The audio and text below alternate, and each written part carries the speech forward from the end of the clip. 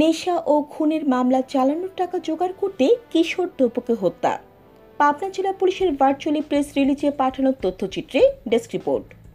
গত 15 জুন দুপুর 1:30টায় ঈশ্বরদী থানাধীন মশুরিয়া কলেজ পাড়ায় কিশোর তপু নিজ বাড়ি হতে বাইরে গিয়ে নিখোঁজ হয়।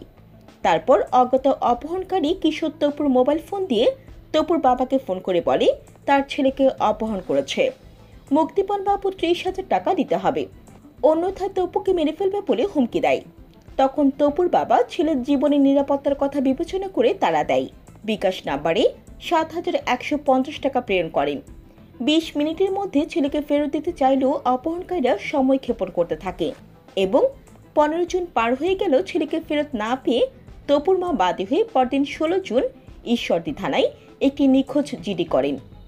এর ওই ধারাবাহিকতায় তথ্য প্রযুক্তির সহায়তায় এবং গোপন সংবাদের ভিত্তিতে ঘটনার সাথে জড়িত সন্দেহে মূল সন্দেহভাজনদের শনাক্ত করা হলেও ভিকটিমকে পাওয়া যাচ্ছিল না।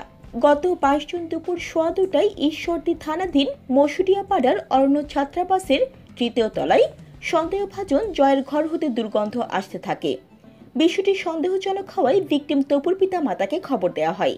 এছাড়াও মেসের মালিক সহ আশেপাশের স্থানীয় বাসিন্দাদের উপস্থিতিতে সন্দেহভাজন জয়ের ঘরটি তালা ভেঙে ভিতরে প্রবেশ করে একটি টিনের ট্যাঙ্কের মধ্যে অর্ধগলিত রক্তাক্ত লাশ দেখতে পাওয়া যায়। ভিকটিম তপুর পিতামাতা লাশটি তাদের হারানো সন্তান তপুর বলে শনাক্ত করে। তারপর বিষয়টি পাবনা জেলার পুলিশ সুপার আকবর আলী মুন্সি, অতিরিক্ত জিআইডি পদে পদোন্নতিপ্রাপ্ত সহ অন্যান্য ঊর্ধ্বতন কর্মকর্তাগণ দ্রুত সেখানে উপস্থিত হয়ে ঘটনাস্থল পরিদর্শন করেন। পুলিশ সুপার ঘটনার সাথে জড়িতদের দ্রুত গ্রেফতারের বিভিন্ন দিক নির্দেশনা প্রদান করেন। তথ্য প্রযুক্তির সহায়তায় পুলিশ পরিদর্শক তদন্ত এর নেতৃত্বে ঈশ্বরদী থানা ও ঈশ্বরদী ফাঁড়ির অফিসার ফোর্সের সমন্বয়ে একটি চৌকস টিম পাবনা জেলার বিভিন্ন স্থানে অভিযান করে পরবর্তীতে পাবনা সদর থানাধীন Hamid road Dhaka bus stand এলাকা হতে প্রধান সন্দেহভাজন জয়নাল আবেদিন জয়কে আটক করে।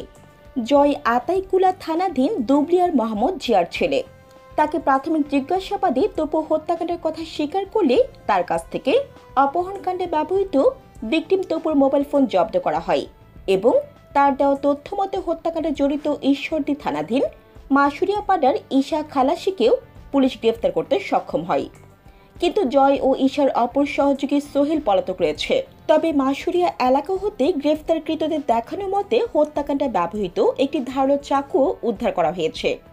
তারা জিজ্ঞাসাবাদে আরও বলে যে জয়নাল আবেদিন জয় ও পলাতক সোহেল ঈশ্বরদী কলেজের পেছনে জৈনিক টিপুর অরণ্য ছাত্রাবাসের 3য় তলায় পাশাপাশি থাকত এবং ঈশা খালাসি ওই ছাত্রাবাসের নিচে ভাড়া থাকত। ভিকটিম তপুর বাড়ি অরণ্য ছাত্রাবাসের পাশে এবং ভিকটিম তপু ও তারা একে অপরের পূর্ব পরিচিত হওয়ায় তপু অরণ্য ছাত্রাবাসে যাওয়া আসা করত। তারা স্থানীয় হাসুর দোকানের সামনে ফ্রি ফায়ার গেম খেলত, আড্ডা দিত ও ধূমপান করত। জয় ইতিপূর্বে আতাইকুলা থানার একটি হত্যা মামলার আসামি হওয়ায় মামলার খরচ চালানো এবং সে ছাত্রাবাসে খরচ বাবদ বেশ কিছু টাকা ধারগ্রস্ত হওয়ায় এবং মাদক সেবনের জন্য টাকার প্রয়োজন হওয়ায় সোহেল ও ঈশার সাথে ঘটনার 20-25 দিন আগে অরণ্য ছাত্রাবাসে যে কোনো একজনকে জিম্মি করে টাকা আদায়ের পরিকল্পনা করে। পরিকল্পনা মতো তারা অপহরণ ও জিম্মি করার কাজে ফোন ব্যবহারের জন্য ঘটনার 7-8 দিন পূর্বে ওই ছাত্রাবাসের মনির নামের একজন ছাত্রের ফোন চুরি করে। ঘটনার দিন 15 জুন বেলা 3:30টায় তাদের পূর্ব পরিকল্পনা মতে জয় চুরি করা ফোন থেকে ফোন করে ভিকটিম তপুকে অরণ্য ছাত্রাবাসের 305 নম্বর কক্ষে ডেকে নেয়। তারপর সোহেল ও ঈশা ওই রুমে প্রবেশ করে সকলে মিলে ভিকটিম তপুকে জিম্মি করে। ভিকটিম তপু আতঙ্কে চিৎকার শুরু করলে জয় ও সোহেল তাকে ধরে রাখে এবং ঈশা ওই ঘরে থাকা একটি ধারালো চাকু দ্বারা ভিকটিমকে আঘাত করে এবং তপুর মৃত্যু নিশ্চিত হলে তারা জয়ের বেল্ট দিয়ে তার হাত বেঁধে একটি ট্যাঙ্কে ভরে রাখে। পরবর্তীতে জয় ভিকটিমের ব্যবহৃত মোবাইল ফোন দিয়ে ভিকটিমের বাবার ফোনে ফোন দিয়ে মুক্তিপণ দাবি করে।